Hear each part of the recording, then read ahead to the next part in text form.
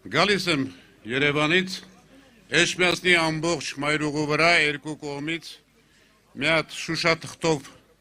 սարքած դեմքա, ականջները ձգած,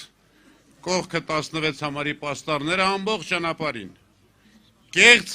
իր նման կեղծ արհեստական մի բան։ Մի պահ Արմավիրի ճանապարհին դադարեց, մոտեցա Արմավիր քաղաքին, նույն տեսարանը։ Եվ իր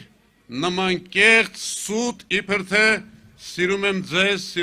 ժողովուրդ, սուտ ասում ժողովուրդ ջան, ինքը ատում այս ժողովրդին,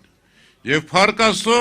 որ այսօր արդեն մեր ժողովրդի աչքերը բացվել են, և ժողովրդի առնվազն 70-80%-ն էլ ոչ միայն ատում, այլ զզվում է սրանից ու իր թիմից, որտև այն ողբերգությունները, որ սրանք են բերել, ուղղակի չափ ու սահման չկան։ Այս տղեն այս վերջերս սկսել է խոսել պետական դավաճանությունից։ Ժողովուրդ ջան, ես ուզում եմ ձեզ հիշեցնել, մենք հաճախ շատ բաներ մոռանում ենք սրանց առածներից։ 44-յա պատերազմի ժամանակ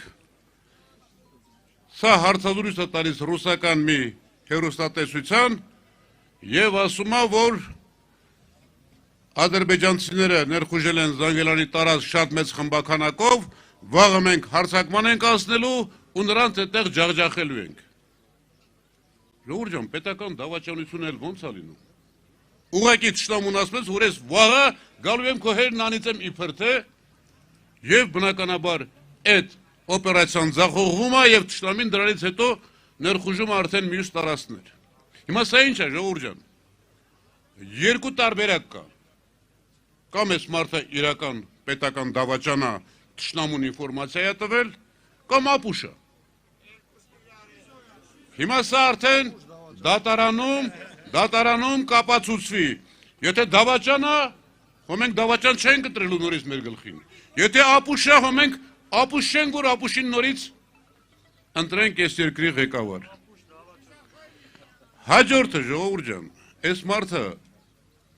իծնե մանկությունից սարսափելի վախկոտ կենդանի է։ Վախկոտ բառից բուն իմաստով։ 3-4 օր առաջ տեսել է ինչ-որ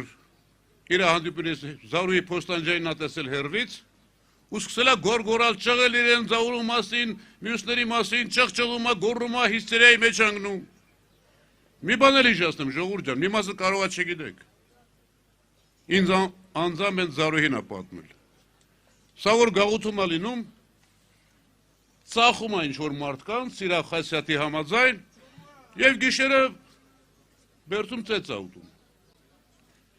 Զանգում են գիշերվա կեսին, Զարուհուն փաստաբանին, քնից հանում են շուտարա հասի, Զարուհին գնում է մտնում է սրա մոտ, ասում է ես այդպես վախկոտ տղամարդ չեմ տեսել։ Ամբողջ գիշեր ձեռս բռնած դողդողում էր, հանկարծ չգնաս։ Սրա հետ մենք գործ ունենք, ժողովուրդ ջան։ Ես ձեզ ասում եմ, սիրելի Հայաստանի Հանրապետության քաղաքացիներ, Նիկոլը մեր ժողովրդի ներկայացուցիչ չի։